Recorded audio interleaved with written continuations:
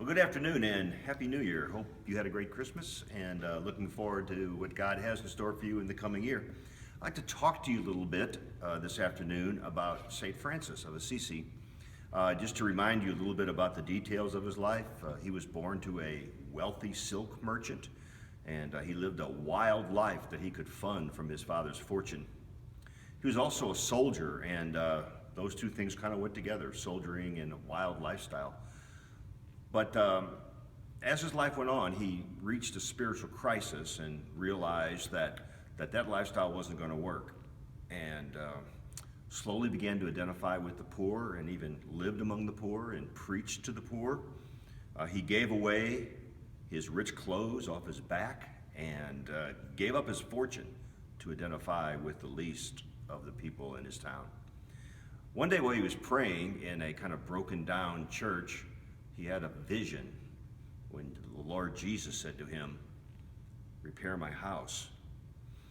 And he thought it was talking about the very church he was in that was in disrepair, and he got some money together from his father's fortune and fixed it up, which really angered his father.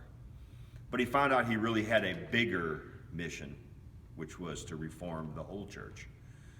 And he gathered some followers who would walk in the footsteps of Jesus. Now, C.K. Chesterton, who wrote a biography of St. Francis, said, "St. Francis lived as if the world was upside down, like he was standing on his head. And the trees which grew so solidly out of the ground appeared to be dangling from the sky.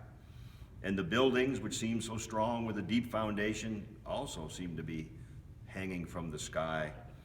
And it taught St. Francis about dependence and the wonderment why God didn't just drop the whole darn thing. So St. Francis believed not the powerful but the poor, not the rich but the children, not the warriors but the meek would inherit the earth. So as you think about your resolutions for the next year, how about this one? Why don't you live like you're upside down? I'll see you Sunday.